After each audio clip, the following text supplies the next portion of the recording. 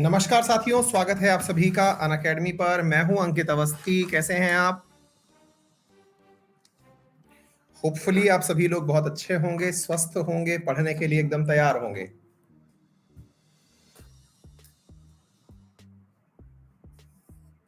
All right, सब बढ़िया।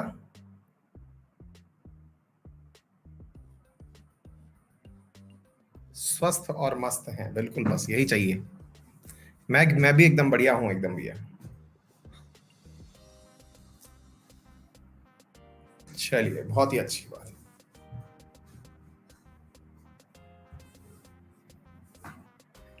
हाँ जी।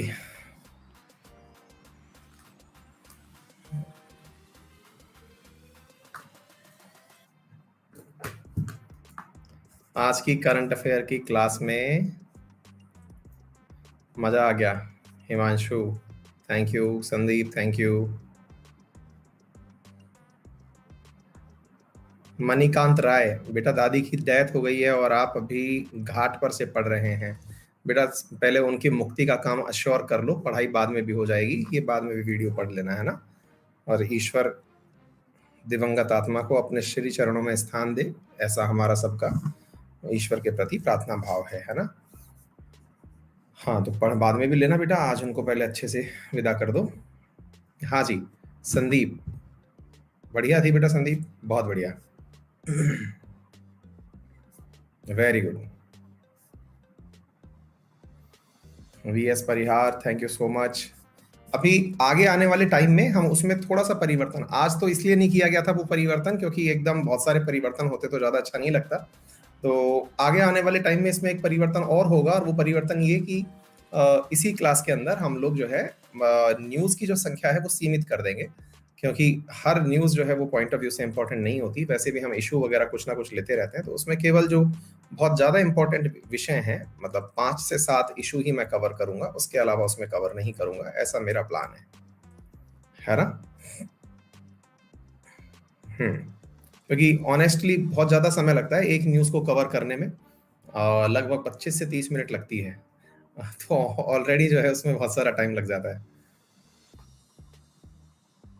हाँ, थकान तो होती है भाई, नॉन स्टॉप बोलना पड़ता है और फिर लगातार क्लासेस में बोलना पड़ता है, तो थोड़ा सा इशू होता ही है। हाँ जी, चलिए साथियों, तो शुरू करते हैं आज के सेशन को। जैसा कि आप सभी को ज्ञात है कि आज हम पढ़ने जा रहे हैं एनआरसी। बहुत ज्यादा देखिए, मैं आपको बता दूं, हम आज से जो ये सीरीज शुरू कर रहे हैं, इसमें इश्यूज ऑफ 2020 ले रहे हैं। प्रयास है कि हम ऐसे 50 से 70 के आसपास, ज्यादा जरूरत पड़ी तो और भी ज्यादा सेशंस को कवर करेंगे, जिनके अंदर जो मतलब साल भर काफी ज्यादा चर्चा में रहे, साल भर काफी ज्यादा चर्चा में रहे। फिर चाहे वो एजुकेशन के ऊपर आया हुआ, एजुकेशन की पॉलिसी हो, या एनवायरमेंटल पॉलिसी हो, या एनआरसी हो, सीएए हो, या फिर इंटरनेशनल कोई ऐसा विषय हो जो दुनिया में काफी ज्यादा चर्चा में रहा हो, गलवान वैली इंसिडेंट हो, है ना, पेंगोंग सो लेक इंसिडेंट हो, या पुलवामा अटैक हो। ऐसी जो विषय जो साल भर सुर्खियों में रहे, है ना, और जिनके ऊपर हमको थोड़ा सा एनालिसिस जरूरी है, तो उनके बारे में हम हर दिन चर्चा करेंगे। और ये लगभग 30 मिनट का सेशन होगा, कोशिश रहेगी कि 30 मिनट में इसको खत्म कर दें, और थोड़ा बहुत ज्यादा हुआ तो एटमैक्स 40 मिनट का सेशन होगा, बस ये फायदा रहेगा आपने, है ना। हाँ जी, एक विद्यार्थी कह रहे हैं जाइडस की वैक्सीन सुबह आपने पढ़ाया था, वो कौन सी कंट्री का? इंडिया ही बना रही है संदीप, उसको इंडिया ही बना रही है बेटा, है ना। हाँ जी, बहुत बढ़िया शैलेश, सभी का बहुत बढ़िया बेटा, शाबाश। चलिए अभी पढ़ते हैं थोड़ा सा आगे, हम आगे बढ़े। और जैसा कि आप सभी को ज्ञात है, हमें स्टार्टिंग में एक बात बतानी होती है जो कन्वेंशन है और जानना जरूरी है, that is Ankit 10 referral code to avail 10% discount in all subscription including UPSC, SSC and everywhere. ठीक है, यूपीएससी की अगर बात करूं तो यूपीएससी में अगर आप अंकित 10 यूज करते हैं तो 10% तो डिस्काउंट मिलेगा ही। इसके साथ साथ अनअकैडमी जो है वो 28 अप्रैल तक अपने सभी विद्यार्थियों को एक ऑफर दे रही है, जिसमें अगर आप सब्सक्रिप्शन लेते हैं 28 अप्रैल तक तो आपको मिलता है एडिशनल 10,000 रुपीज की 20 बुक्स उसी सब्सक्रिप्शन कॉस्ट में, और इसके अलावा जुलाई 2022 तक का सब्सक्रिप्शन 1 साल की फीस में। ठीक है, वहीं एसएससी की अगर मैं बात करूं तो इसी वीक हमारे 2 बैचेस आए हैं। एक बैच आ रहा है आपके लिए इंडियन पॉलिटी का एसएससी कैटेगरी के अंदर, जो कि बेसिक एंड फाउंडेशन बैच होगा, और यहाँ पर आईआर का बैच। चलिए साथियों शुरू करते हैं। हाँ जी, तो क्या है NRC, national register of citizen? ये बहुत बड़ी मतलब एक डिबेट का इशू बना, पूरा देश के अंदर काफी ज्यादा इसको लेकर के इफ एंड बट्स रहे। तो ये कहां से शुरू हुआ ये मुद्दा, हम इसके बिल्कुल तह में चलेंगे और थोड़ा सा इतिहास जानेंगे, क्योंकि जब तक हम इसकी हिस्ट्री नहीं जान लेंगे हमें इसके वर्तमान में जानने का बिल्कुल भी आनंद नहीं आएगा। और हिस्ट्री इसकी बहुत ज्यादा जो है वो मतलब बहुत ज्यादा इंटरेस्टिंग भी है, और उससे आपको ये पता चलेगा कि पार्टीशन की पीड़ा क्या थी, मतलब इंडियंस की पार्टीशन की पीड़ा क्या थी। अब आप पूछेंगे पार्टीशन से क्या लेना देना है सर, हम लोगों ने तो मार्च की, हाँ कुछ विद्यार्थियों ने लिख भी दिया है 25 मार्च 1971 से संबंधित है सर इसकी बात। जी नहीं, इसके बारे में बहुत कुछ आज आपको सीखना है, बहुत सारी बातें आपको सीखनी है, आपको उससे आइडिया लगेगा। साथियों, यदि आपको मालूम हो तो आपको पता होना चाहिए कि भारत में सिटीजनशिप को लेकर के प्रावधान कुछ आर्टिकल्स में किए गए हैं। कौन से आर्टिकल्स में किए गए हैं जरा बताएंगे? भारत के अंदर सिटीजनशिप को लेकर के प्रावधान किए गए हैं। कौन से नंबर आर्टिकल से लेके कौन से आर्टिकल में? बिल्कुल, आप में से बहुत सारे विद्यार्थियों ने तो बता भी दिया कि सर आर्टिकल नंबर 5 से लेकर के 11 के बीच में पार्ट 2 के अंदर भारतीय संविधान के अंदर कॉन्स्टिट्यूशन के अंदर लिखा हुआ है कि भाई सिटीजनशिप कैसे आएगी। तो पार्ट 2 के अंदर आपने सारी बातें बता दी। अच्छा, पार्ट 2 में अगर आपको सारी बातें पता हों तो आपको कुछ बातें मैं और भी बताना चाहूंगा जो कि सिटीजनशिप के पॉइंट ऑफ व्यू से ही बहुत ज्यादा इंपॉर्टेंट है। और वो कौन सी बात है जो मैं आपको बताना चाहता हूं, एक बार के लिए मैं आपको क्लियर कर दूं कि भारत में सिटीजनशिप को लेकर के कोई भी एक्ट अपना जो संसद है वो बना सकता है। सिटीजनशिप जो है आर्टिकल नंबर 11 में लिखा हुआ है कि parliament to regulate the right to citizenship by law. इधर देखिए साथियों, हमारे यहां पर बकायदा ये चीज मेंशन है हमारे आर्टिकल्स में। इधर देखिए, पहले ये पढ़ना बहुत जरूरी है, आपको आर्टिकल नंबर 11 दिखाई दे रहा होगा। Parliament to regulate the right of citizenship by law, nothing in this foregoing provision of this part shall derogate from the power of parliament to make any provision with respect to acquisition and termination of citizenship and other matter related to the citizenship। मतलब भारतीय संविधान के अंदर ये बात स्पष्ट रूप से लिखी हुई है कि हमारे यहाँ नागरिकता जो आर्टिकल नंबर 5 से लेकर के 11 तक देने की बात की गई है, उन्हें किसी भी प्रकार से हमारे यहाँ की संसद मॉनिटर कर सकती है। ठीक है बात, अच्छी बात है। इसके अलावा मेरे प्यारे साथियों, यहाँ पर एक टर्म और है जो मैं आपको आर्टिकल नंबर 7 में दिखाना चाहता हूं। अब इसे भी देखिए, बहुत ही अल्टीमेट चीज है जहां से आपको ये सारी बातें समझ में आएंगी। जी हाँ साथियों, एक मिनट, मैं इसमें एक कट ऑफ डेट ढूंढ रहा हूँ। सिटीजनशिप एक्ट ये रहा, कट ऑफ डेट इसमें वैसे क्या 17 जुलाई 1949 है, वो कहाँ मेंशन है मैं उसको ढूंढ रहा हूँ।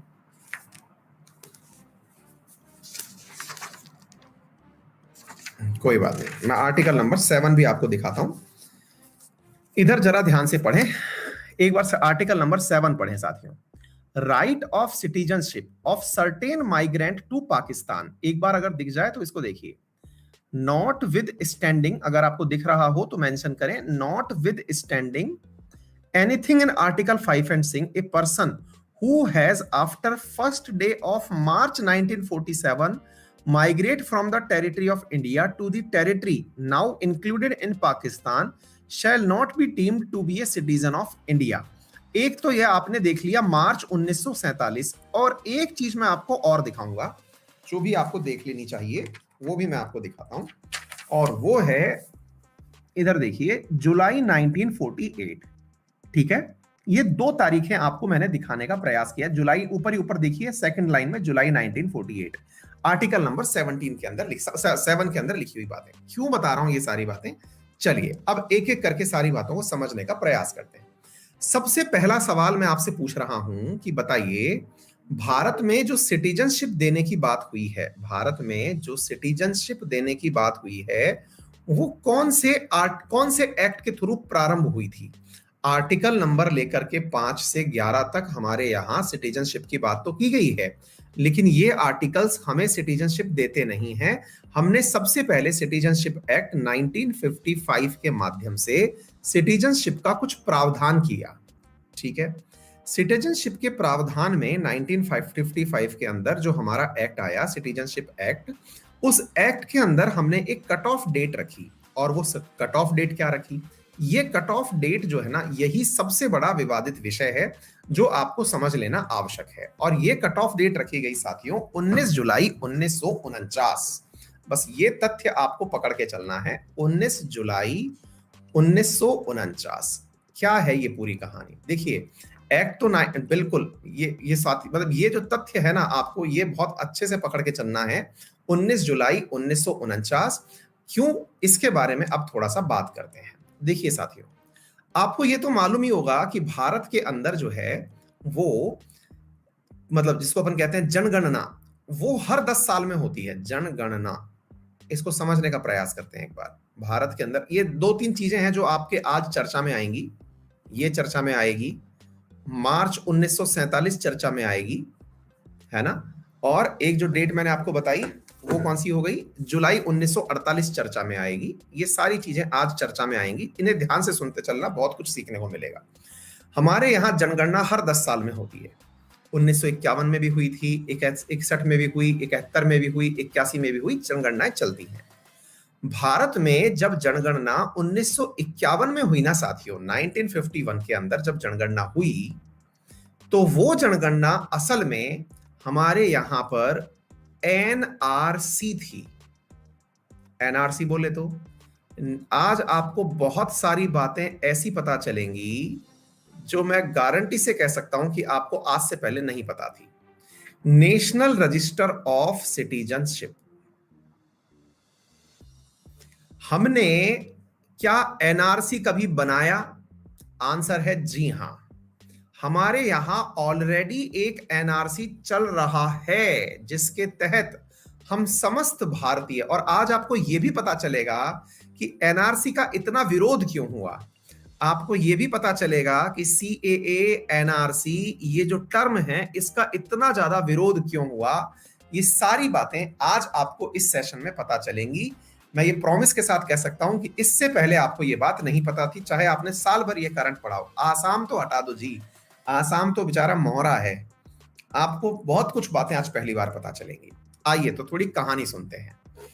कहानी कुछ यूं है साथियों कि भारत को यह कंफर्म हो गया था कि भारत का पार्टीशन होने वाला है। भारत का पार्टीशन होने वाला है, यह कंफर्म हो चुका था। अच्छा, पार्टीशन होना है यह कंफर्म मार्च तक हो चुका था। भारत और पाकिस्तान दो देश बनेंगे, यह भी कंफर्म हो चुका था। और इस कंफर्मेशन में भारत और पाकिस्तान क्या होंगे, ये भी कंफर्म हो गया था। हमें यह कंफर्म हो चुका था कि एक बनेगा वेस्ट पाकिस्तान जो कि आज का पाकिस्तान है, और एक बनेगा ईस्ट पाकिस्तान जो कि आज का बांग्लादेश है। हाँ जी, ये हमें ऑलरेडी पता चल गया था, सबको पता चल गया था। क्यों साहब, क्यों पता चल गया था? कि हमने यहां पर वेवल को देखा, माउंटबेटन को देखा, और उनकी घोषणाओं में यह सिद्ध हो चुका था कि भारत का पार्टीशन होगा। 15 अगस्त को हो जाएगा ये नहीं पता था हमें। वेवल की योजना से यह पता चल गया था कि 1948 में पार्टीशन होगा। वो तो बात दूसरी है कि प्रेशर जब बढ़ने लगा तो फिर जून की योजना, 2 जून की योजना के अंतर्गत माउंटबेटन ने हमारे को जल्दी ही बांट दिया, अलग अलग कर दिया 3 जून की योजना के अंदर। ठीक है, तो मुद्दा क्या है कि जब हमको वेवल प्लान के थ्रू ये पता चला कि हमारा पार्टीशन होगा, तो हुआ क्या साथियों कि वेस्ट पाकिस्तान और ईस्ट पाकिस्तान में कुछ हिंदू और सिख रहा करते थे। अच्छा, मैं आप लोगों को एक बार के लिए इंडिया का मैप दिखाना चाहूंगा। आप जरा इस मैप को देखें।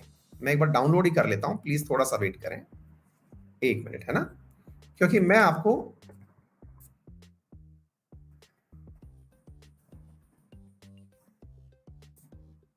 एक मिनट मैं आपको कुछ इमेजेस के माध्यम से दिखाना चाहता हूं।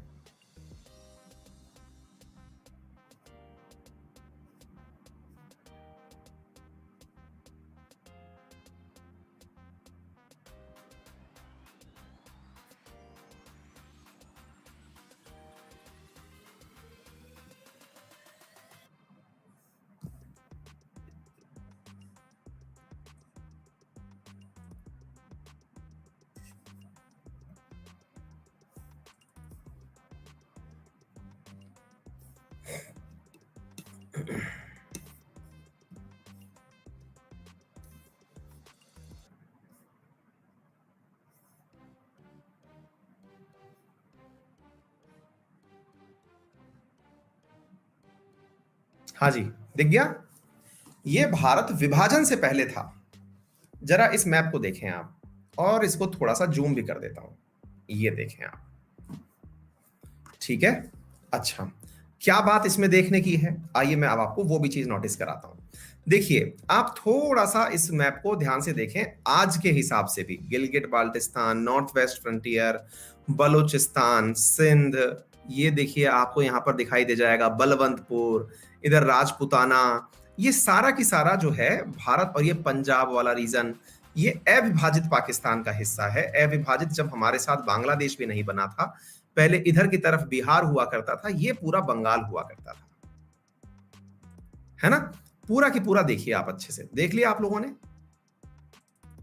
और जो आपको रेड कलर में दिखाई दे रहे हैं ना, ये थोड़े से मतलब केसरिया कलर में जो दिखाई दे रहे हैं, ये प्रिंसली स्टेट हैं। और जो आपको ये दिखाई दे रहे हैं प्रिंसली स्टेट, यानी यहां रजवाड़े हुआ करते थे, ठीक है? और ये वाली जो जगह हैं, ये सारे की सारे ब्रिटिश इंडिया वाले स्थान हैं। आ गई बात समझ में? हाँ, एक विद्यार्थी ने नेपाल भूटान ढूंढ लिए, बिल्कुल बेटा, इनके साथ हमने संगौली की संधि कर ली थी। अब आते हैं मुद्दे के ऊपर। भारत का विभाजन होना तय हुआ, तो जब विभाजन होना तय हुआ तो अब देखिए, यहां से ये पंजाब वाला थोड़ा सा हिस्सा हमारे पास रह गया, ये वाला जो हिस्सा है, अब जो वर्तमान में आप चीज देखते हैं उसे थोड़ा सा फील करिए। ये ऐसा ऐसा करके अपन ने पाकिस्तान का एक हिस्सा उसको दे दिया। तो हुआ क्या कि इस क्षेत्र के अंदर जो यहां रहने वाले पंजाबी सिख थे, पंजाब के अंदर कौन लोग रह रहे थे? सिख रह रहे थे। वो जो सिख थे साथियों, वो सिख क्या हुए कि इस जगह से माइग्रेट करके इधर आने शुरू हो गए। अच्छा, और दूसरा, इंडिया के इन क्षेत्रों में जहां जहां पर मुस्लिम रह रहे थे, वो माइग्रेट करके इधर जाना शुरू हो गए।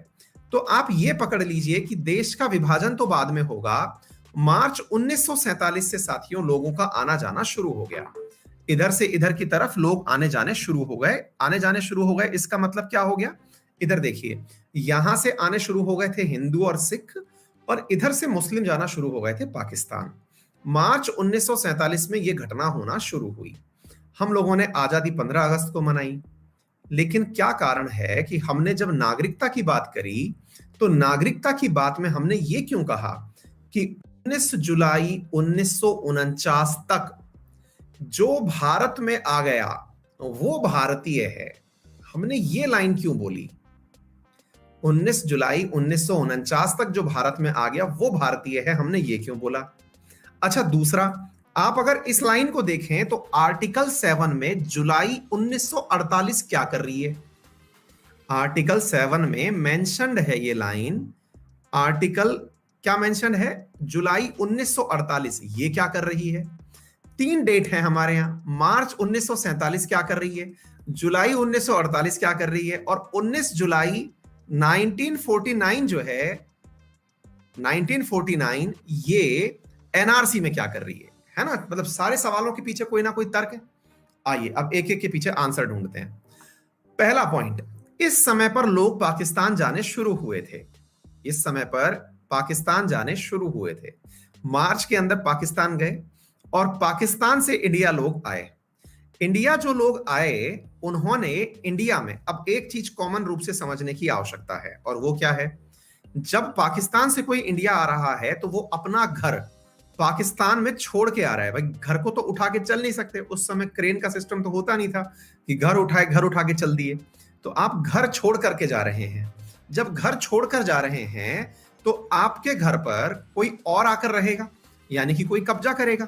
एग्जैक्टली इंडिया से। अब अगर आप ऐसे सोचें कि एक तरफ यहां पर पाकिस्तान है, यहां पर इंडिया है, इधर से कोई सिख इंडिया आ रहा है तो अपना घर छोड़ के आ रहा है, इधर से एक मुस्लिम घर छोड़कर जा रहा है तो वो वहां जाकर के रह रहा है।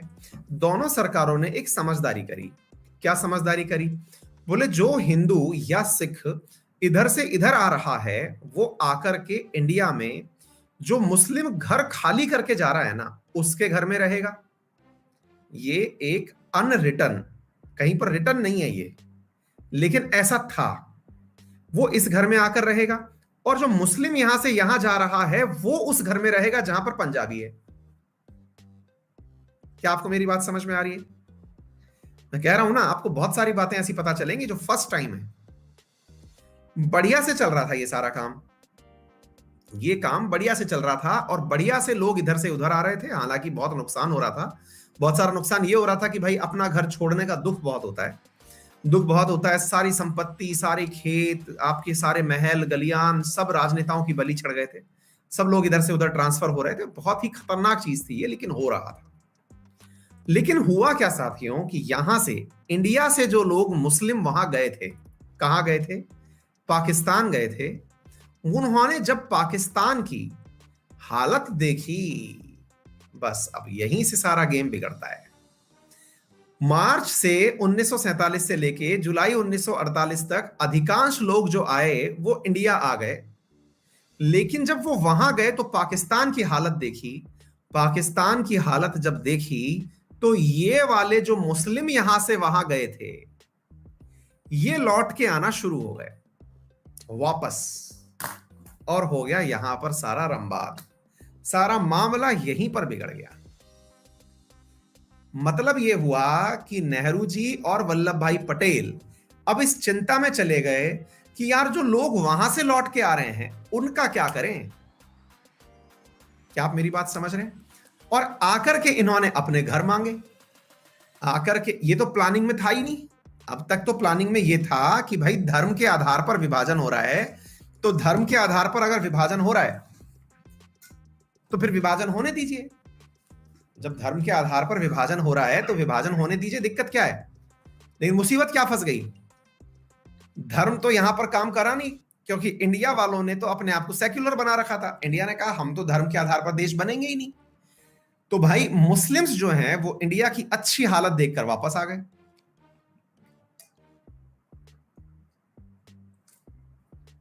इसकी तो किसी ने प्लानिंग करी नहीं थी। इसकी प्लानिंग नहीं करी तो हालत हो गई खराब। वल्लभ भाई पटेल जी ने तुरंत पाकिस्तान में भारत के उच्चायोग को फोन किया और कहा कि भैया देखो बात ऐसी है, अब हो रहा है यहां पर कम्युनल वायलेंस। कम्युनल वायलेंस क्यों हो रहा है? क्योंकि जो मुस्लिम लौट के आ रहे हैं वो तो पूरे हक से आ रहे हैं, और जब हक से आ रहे हैं तो उनको उन घरों में जो हमने हिंदू और सिख ठहराए हैं उनको हटाना पड़ रहा है। तो उन्हें कहां रखेंगे हम? तो फिर भारत ने एक नया प्रोविजन किया। नया प्रोविजन क्या किया?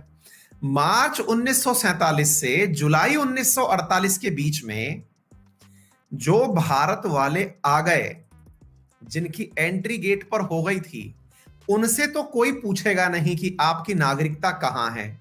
वो तो हो गए भारत के नागरिक डे वन से। आज तक आपको ये बातें नहीं पता हैं, आज खोज खाज करके मैं बता रहा हूं, मजा आ जाएगा। मार्च 1947 से जुलाई 1948 तक जो भारत में आ गए पाकिस्तान से, वो तो हो गए भारत वाले, उनसे कोई सवाल नहीं करेगा। अब जुलाई 1948 के बाद से जो व्यक्ति आएगा, अब उसका या कोई भी आ गया, भाई अधिकांश उसमें 99% जो लोग आए थे वो सिख और हिंदू ही आए थे। 99% जो लोग आए थे वो हिंदू और सिख ही आए थे इस समय तक। जब ये स्थिति समझ में आई तो फिर एक कंडीशन डाल दी गई। कंडीशन क्या डाल दी गई? कि अब अगर कोई पाकिस्तान से इंडिया आता है तो उसे पाकिस्तान में स्थित हाई कमिश्नर से एक रिटर्न पेपर पर परमिशन लेनी होगी। और जुलाई 1948 के बाद आए मुस्लिम।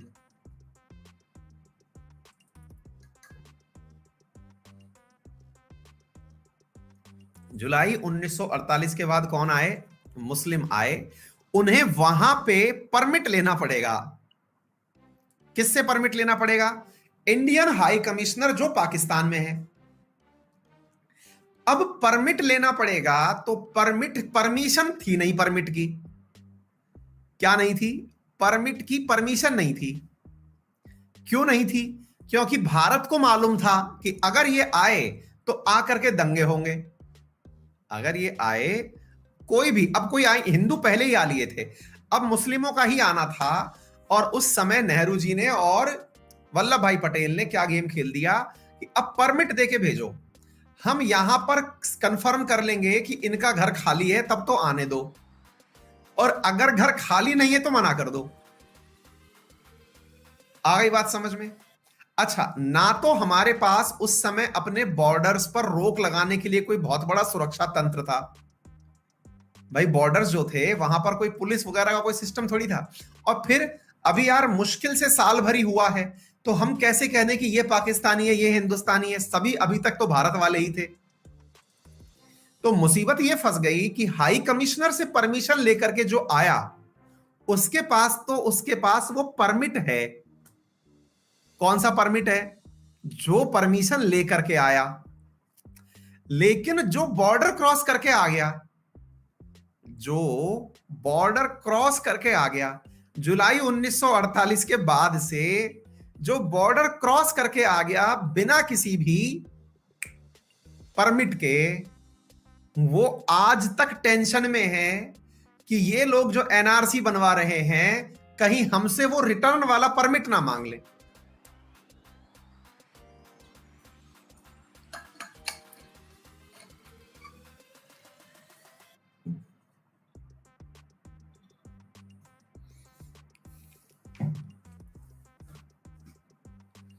अब क्या इतनी टेक्निकलिटी कोई भी विपक्ष वाला नहीं समझाएगा, कोई भी पक्ष वाला नहीं समझाएगा।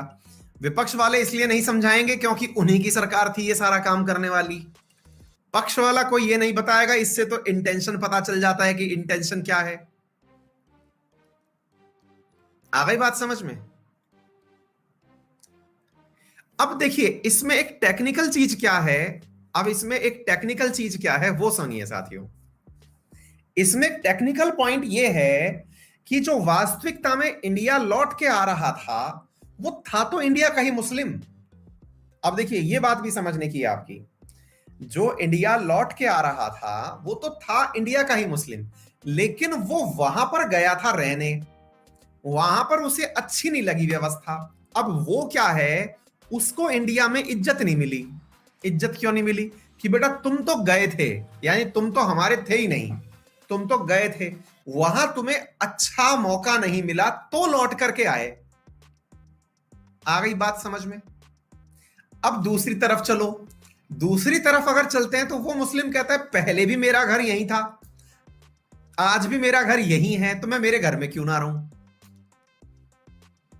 तो जो 1948 से 1949 के बीच के जो लोग हैं ना, उनके साथ ये परमिट वाला सिस्टम, और मैक्सिमम लोग उस समय पर मुस्लिम आए।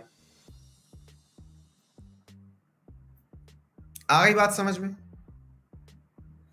ये जो बात मैं आपको बता रहा हूं ये मुझे एक न्यूज़पेपर में पढ़ने को मिली, मैं वो लिंक भी आपसे शेयर करना चाहूंगा। रुकिए मैं ढूंढ देता हूं उसको, मैं आपको पढ़ाने से पहले उसे ढूंढ रहा था। ब्लूमबर्ग मैगजीन में लिखी मिली, तो मैं वो चीज भी आप लोग पढ़ लेना, क्योंकि कई बार क्या होता है कि इस चीज को लेकर कुछ लोग ऑफेंड फील कर जाते हैं कि सर ने ऐसी बातें क्यों बता दी। तो मैं चाहूंगा कि आप इस चीज को खुद से भी पढ़ें और कुछ सीखें। आप लोगों को पढ़ाने से पहले ना मैं मतलब बहुत सारी स्टडी खुद से करके आने की कोशिश करता हूं।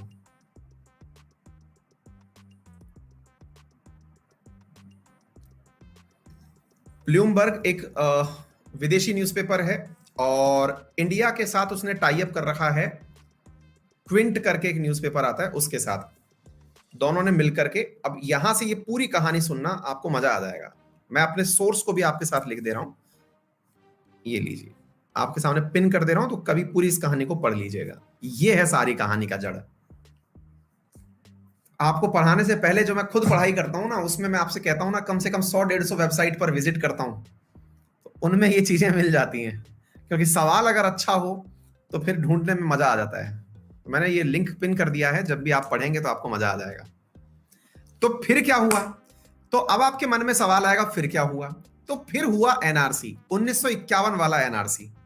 1951 वाला नेशनल रजिस्टर ऑफ सिटीजनशिप बनाया गया। जनगणना की गई कि किसे भारत का माना जाए, किसे नहीं माना जाए।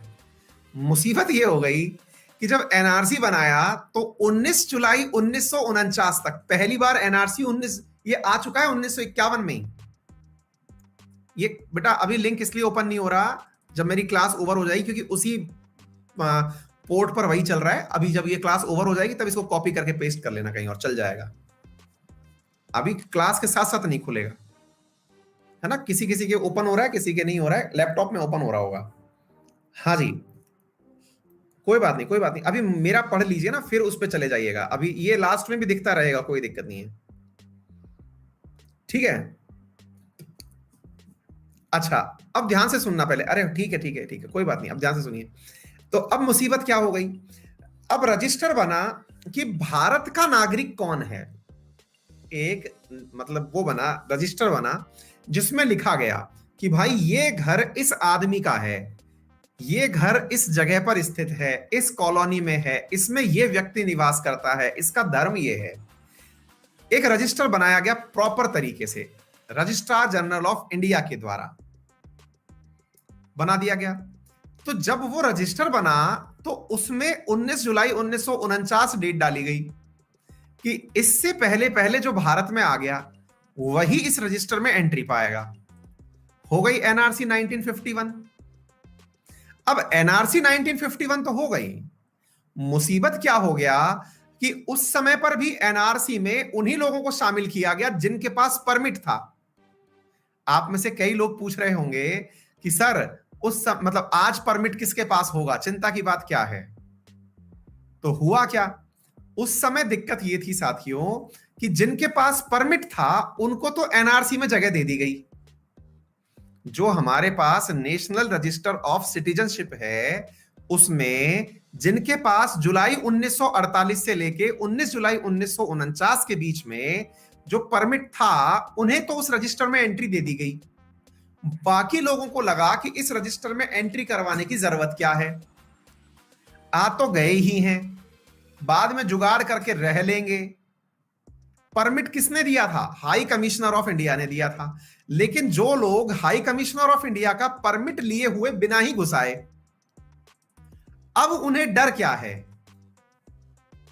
अब डर यह है कि भाई हम जो है अपना, अब यहां पर चीज क्या हो रही है, जैसे सरकार कहती है कि हम एनआरसी बनवाएंगे, एनआरसी बनवाएंगे तो सरकार क्या कहती है कि भाई जिनका नाम एनआरसी 1951 में ऑलरेडी है तो उनको कोई चिंता की बात ही नहीं है। दोबारा सुनिए, जिनका नाम एनआरसी 1951 में ऑलरेडी है उनको कोई चिंता की जरूरत ही नहीं है। लेकिन मुसीबत यह है कि 1951 में कईयों का नाम नहीं है। मुसीबत क्या है कि एनआरसी 1951 में कईयों का नाम नहीं है। क्यों? क्योंकि उस समय यह सोचा गया था कि हो जाएगा जुगाड़, पर एनआरसी दोबारा अपडेट नहीं हुई। 1951 के बाद से लेकर अब तक एनआरसी दोबारा नहीं बनी। अब आया आपको कि एनआरसी का विरोध क्यों हो रहा है।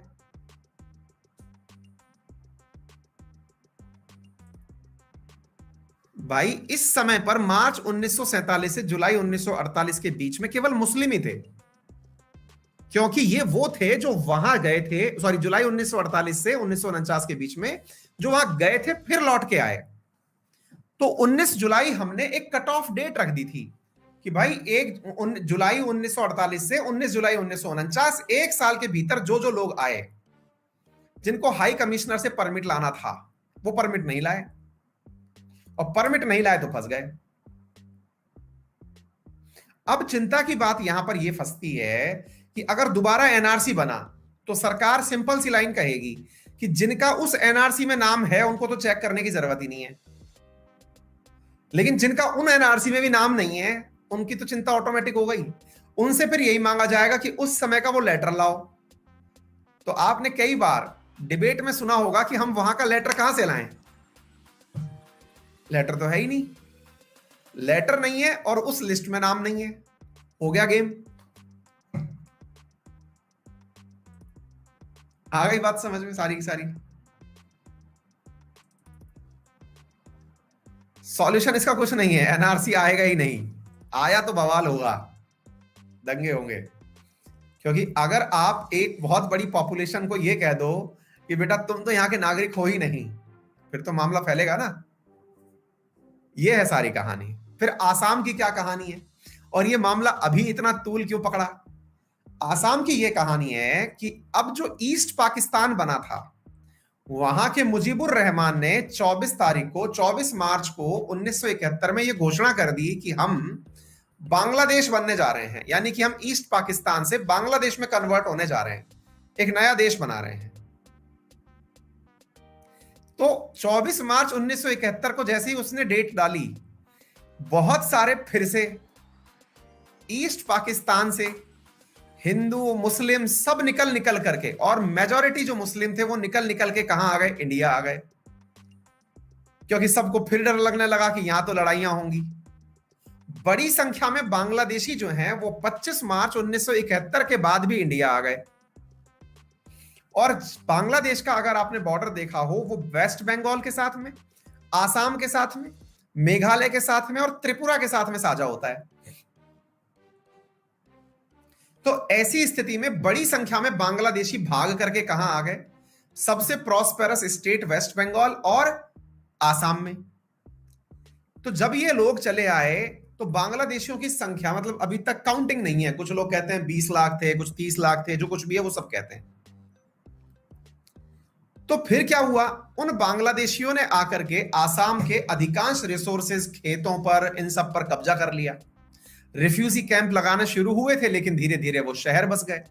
धीरे धीरे उनका नाम वोटर लिस्ट में आ गया, तो पॉलिटिकल पार्टीज के वो मतदाता बन गए। फिर उनको ले जाने की बात किसी ने नहीं करी।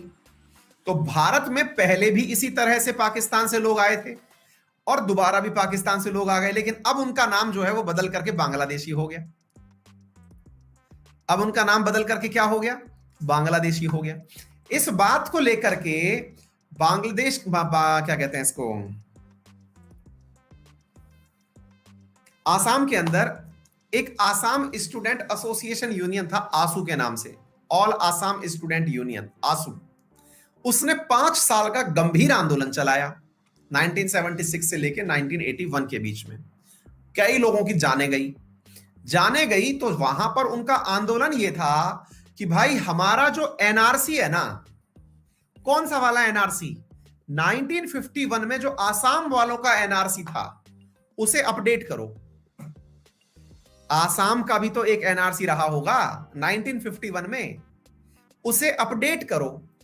हम ये मानने को तैयार हैं कि अगर कोई 25 मार्च 1971 से पहले भी ईस्ट पाकिस्तान से अगर हमारे आसाम में आ गया हो तो भी हम उसे आसामी मानने को तैयार हैं, लेकिन उसके बाद आए हुए आदमी को हम आसामी नहीं मानेंगे। आ गई बात समझ में? तो जब उसको आसामी नहीं मानेंगे तो इस बात को लेकर के विद्रोह चला, सरकार को झुकना पड़ा, अगेन कांग्रेस की सरकार, और एक आसाम अकॉर्ड हुआ 1985 में। आसाम अकॉर्ड हुआ, ये सारा की सारा कंटेंट मैंने आप लोगों के लिए दे दिया है। 1985 में जाकर के आसाम अकॉर्ड हुआ। किस किस के बीच हुआ? सरकार के बीच में और फिर आसू के बीच में। क्या हुआ? बोले एनआरसी अपडेट करो हमारी वाली, और उसमें आपको अगर लोग डालने हैं तो डाल दो, कोई दिक्कत नहीं है, हम थोड़ा और आगे तक की डेट दे रहे हैं आप, उसके बाद वाले हम नहीं सहन करेंगे। और वो सही भी थे भाई, उनके संसाधनों पर उनका ही हक है। तो ऐसी स्थिति में सुप्रीम कोर्ट के दिशा निर्देशों पर आसाम के लिए जो 1951 वाला वो था, क्या चीज, एनआरसी, उसमें अपडेट किया गया। तो जो एनआरसी अभी आई थी असल में वो 1951 वाले एनआरसी का अपडेटेड वर्जन था, जो आसाम के लिए आया। अलग से एनआरसी नहीं थी वो उसका अपडेटेड वर्जन था। उस अपडेटेड वर्जन में केवल आसाम का ही था। मंत्री जी जो हैं वो खुश खुशी में ये बोल गए संपूर्ण भारत के लिए एनआरसी आएगा। दंगे हो गए। मंत्री जी भावनाओं को कंट्रोल नहीं कर पाए और बोल गए कि आसाम ही नहीं, संपूर्ण भारत के लिए होगा।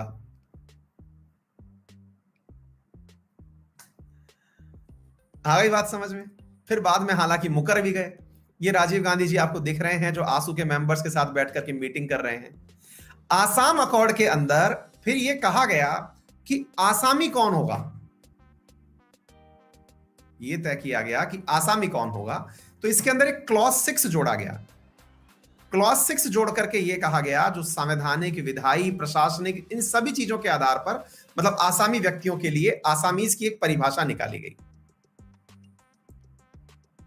क्लॉज 6 में आसामियों की परिभाषा दी गई।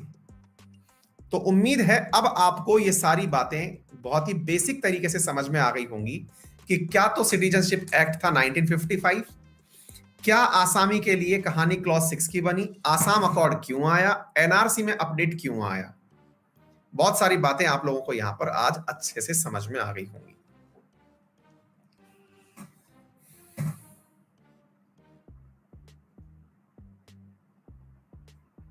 मजा आ गया? मैंने कहा था आपसे 30 मिनट से लेकर 40 मिनट तक की कहानी होगी। एक कहानी आप लोगों ने सुन ली। चलिए, अब एक छोटी सी जिम्मेदारी को पूरी तरह से पालना करिएगा। आपके जो भी छोटे भाई बहन या दोस्त एसएससी, रेलवे, डिफेंस और बैंकिंग की तैयारी कर रहे हों, उन्हें इन्फॉर्म कर दीजिएगा कि आज शाम 8:30 बजे वाईफाई स्टडी पर डेडिकेटेडली उन्हीं के लिए क्लास शुरू की जा रही है। तो ज्यादा से ज्यादा लोग उसमें यूट्यूब क्लास पे उपस्थित हों और उस क्लास का लाभ उठाएं। ठीक है? और मॉर्निंग वाला जो सेशन है आप लोगों का, वो आपको यूपीएससी के लिए मिला था, और उसमें भी अब हम डेडिकेटेडली ज्यादा न्यूज नहीं रखने वाले हैं। 5 से 6 न्यूज रखेंगे जो केवल एनालिटिकल न्यूज होंगी, जो बहुत ज्यादा इंपॉर्टेंट होंगी। वो केवल डेडिकेटेडली यूपीएससी के द्वारा लिए जाने वाले एग्जाम और स्टेट पीएससी के लिए होगी। ठीक है? इवनिंग में आज हम लोग जो है वो मॉडर्न हिस्ट्री के मिक्स क्वेश्चंस करेंगे। तो बढ़िया से अपन लोगों ने पढ़ तो लिया ही है। मजा आ गया? तो ऐसे ही रोज कोई ना कोई इशू आपको यहां पर मिलते रहेंगे। ठीक है? चलिए, मजा आ गया? सीए आएगा कल। सीए थोड़ा रुक के ले आऊंगा क्योंकि इससे रिलेटेड है। सीए तो तुरंत समझ में आ जाएगा। देखता हूं जो भी जरूरी होगा आपके लिए बढ़िया बढ़िया जो है इश्यूज आ जाएंगे, रिवाइंड हो जाएगा, पूरा 2020 रिवाइज हो जाएगा। ठीक है? चलो, all the very best, thank you.